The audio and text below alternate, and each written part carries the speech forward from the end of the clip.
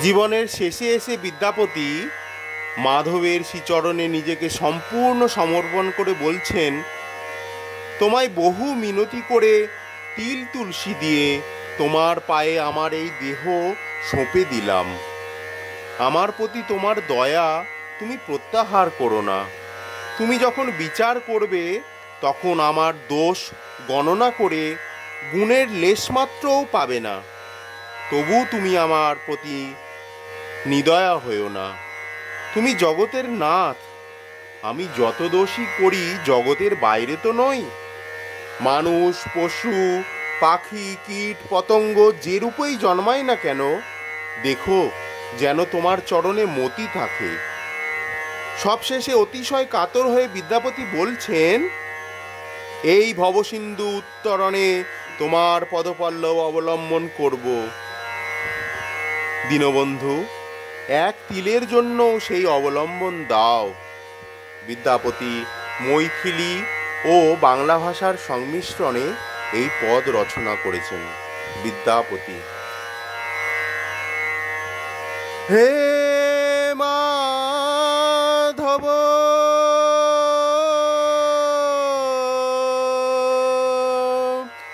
হে মাধব,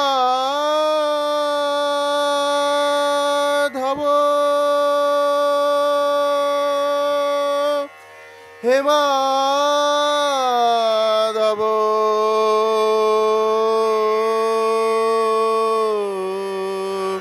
হে মাধব।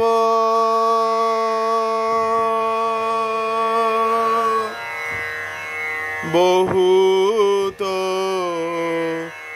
মিনতি করিত দেই তুলসী তিল, এ দেহ সমর্পিলু দয়াজনী ছড়বি মই, যেন দয়া ছেড়ো না গো আমার প্রতি নিদয়া হয় না।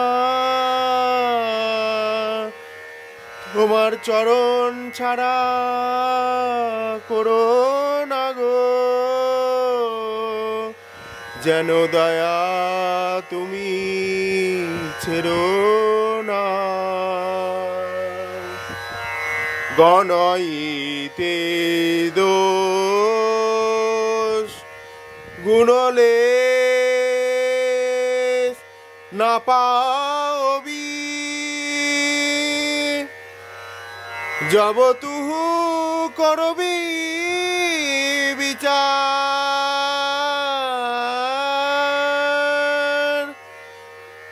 তুহু জগন্নাথ,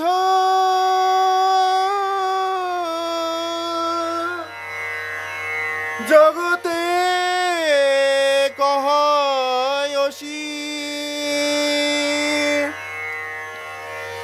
জগবাহী নহমুই ছাড়,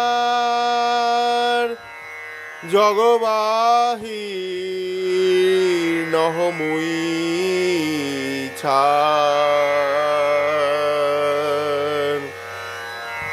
ওগো দোষ বৈগুণ পাবে নাই আমার, প্রভু তুমি গুণেরই আধার। দোষ বৈগুণ পাবে নাই আমার, তুমি প্রভু গুণের আধার। জগবাহী নহমুই ছাড়। কি এ মানুষ পশু পাখিয়ে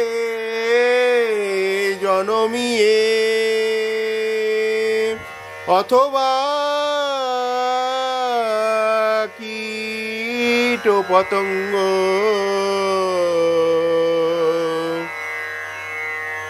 পরম বিপাক গতাগত পুন পুন মতিরহু তয়া পরসঙ্গ মতিরহু তয়া পরসঙ্গ ভনয়িতে বিদ্যাপতি অতিশয় কাতর তরইতে ইহ ভব সিন্ধু তুয়া পদ পল্লব করি অবলম্বন তিলয়েক দেহ দিন বন্ধু এক বিন্দু দিলে তোরে যাব ওহে দীনবন্ধু করুণার সিন্ধু এক বিন্দু দিলে তোরে যাব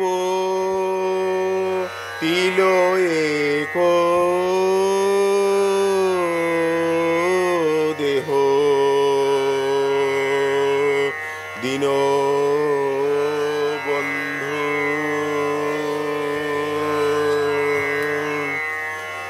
হে মাধব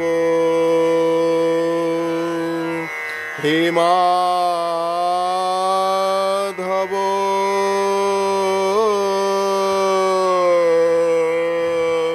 হে মাধব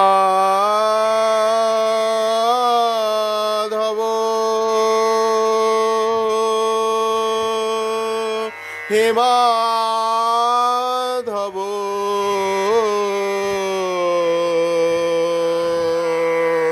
হে মাধব